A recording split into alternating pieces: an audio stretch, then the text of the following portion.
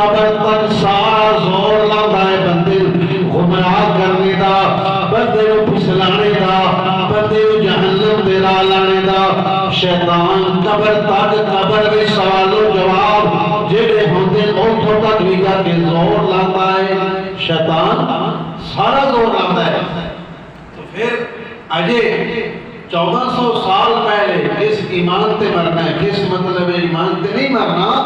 تو نبی پاک صلی اللہ علیہ وآلہ وسلم ایک غیب دی خبر دے رہے، میرے صحابہ اے جنتی نہیں دے عمل جڑے ہون حال دے وچ نے، اے جنتیاں والے عمل نے، اور پھر انہاں دی موت صحابہ انہاں دی جڑی ہے وہ نبی پاک دی مثال تو بعد ابو بکر صدیق دا مثال ہوا، حضور تے پہلے دنیا تو پردہ پڑتا ہے، اور فاروق اعظم عثمان غنی حضرت علی دیگر صحابہ جڑی انہاں دی وفات حضور دے مثال تو بعد ہوئیاں نے، انہاں دی شہادتاں نبی پاک دے دنیا تو جان تو بعد ہوئیاں نے، لیکن نبی پاک صلی اللہ علیہ وآلہ وسلم انہاں دی ایمان دی بھی ضمانت دے رہنے، انہاں دے جنتی ہون دی بھی ضمانت دے رہنے۔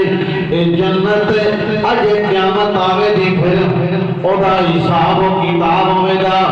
یہ ساری خبراں غیب دیاں خبراں کی نے، غیب دیاں خبراں۔ عبداللہ بن مسعود نبی پاک صلی اللہ علیہ وسلم دے صحابی، حضور نے فرمایا کہ میری امت دا سب تو بڑا قاری عبداللہ بن مسعود ہے، سب تو بڑا قاری قرآن پڑھنے والا عبداللہ بن مسعود ہے۔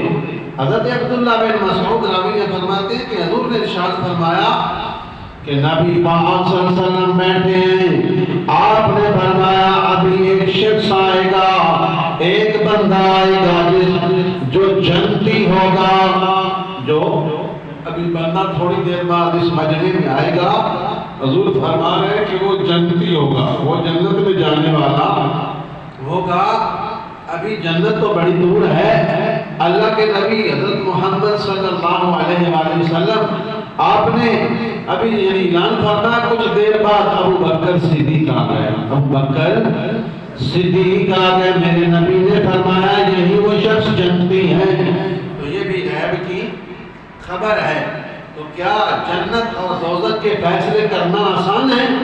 ابھی تو ہم نے زندگی جو ہے وہ آدھی ساری گزاری بیٹھے ہیں، ہمیں کوئی خبر نہیں، ہم تو بہت عرصہ بعد میں آئے ہیں، حضور تو ہمارے زندگیوں سے 1400 سال سے زیادہ عرصہ پہلے یہ خبر جنت اور دوزخ کی دے کے گئے ہیں۔